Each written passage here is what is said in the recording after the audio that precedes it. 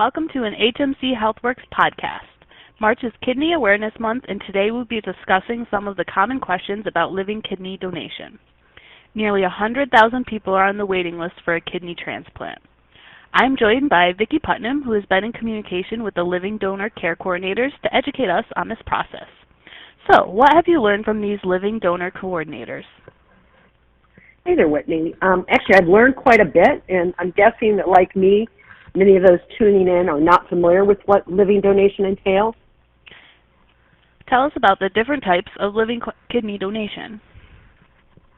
So the Living Kidney Donation Care Coordinators explain that there are two living kidney donation scenarios. There is directed kidney donation, where an individual is donating to a loved one. This is when the donor names a specific person who will receive the kidney, and it is the most common type of living donation. Okay, so directed donations are often between blood relatives like parents, siblings, or even children. Yeah, Whitney, that's correct.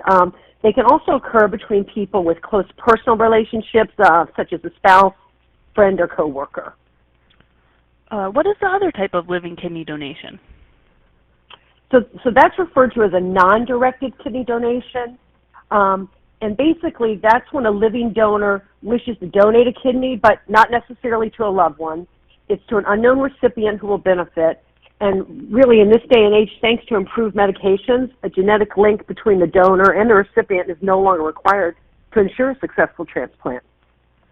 So the improved medications also help in non-genetic directed donations as well? Yeah, absolutely, Whitney.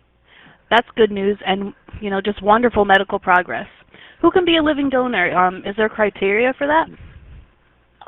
Yes, Whitney. According to the National Kidney Foundation, to donate a kidney, you must be in good physical and mental health, and as a general rule, you should be 18 years or older, and you must also have a normal kidney function.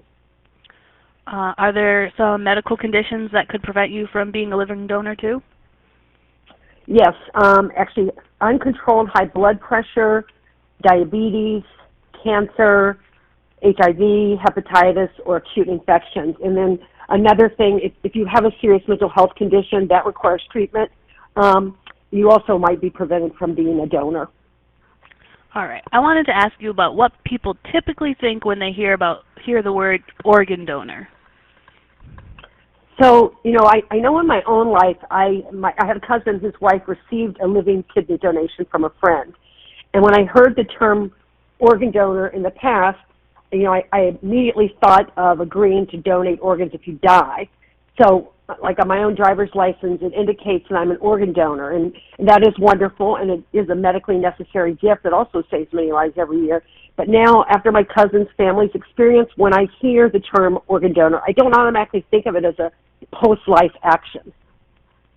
That brings me to my next question, which is, what are the advantages of living donation over deceased donation? Yeah, so kidney transplants performed from living donors may have several advantages compared to transplants performed from deceased donors.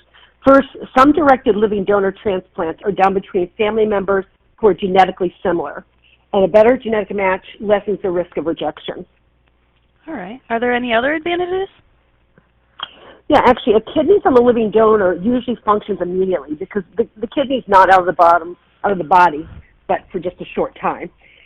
Some deceased donor kidneys don't function immediately, and as a result, the patient may require dialysis until that kidney starts to function. And finally, potential donors can be tested ahead of time to find the donor that is most compatible for the recipient, and that way the transplant can take place at a time that's convenient for both the donor and the recipient. All right. From someone in need of a kidney, receiving a liver from a living donor also means there is no waiting period until the normal transplant list? Right, yeah, that's correct. It definitely cuts down on a waiting period because the person is right there and they can plan it, and it's not like a giant wait because it's something that's in their control. Got it. Another issue I was thinking about, what happens when someone wants to be a directed living donor and they are determined to be incompatible? Yeah, actually, Whitney, that's a great question. So the Living Donation Care Coordinator told me from the beginning of the living organ donation journey, a simple blood test is performed to determine compatibility with a recipient. And if a donor is determined to be incompatible on these tests, they'll be given an option to participate in what is called a paired kidney donation. It's also known as the SWAP program. And this allows the living donor to still donate to someone in need. These programs use computer databases to match pairs that are difficult to match. And sometimes the result is as simple as a two-way swap, and other times it's a longer chain. However, a donor would never be asked to give their kidney without another kidney being available for their intended original recipient. And just so people know, the participation in these type of swap programs is completely voluntary. This is all such great, important info. Before we close today, I do have one final question which may cross people's minds if they are considering becoming a living kidney donor. If you give up one of your two healthy kidneys, what happens if, years or even decades from that point, your remaining kidney fails? Yeah, Whitney, it's normal that we would want to consider or think about that possibility. Previous kidney donors get priority status to receive a donor kidney if they need one. All right, that's great.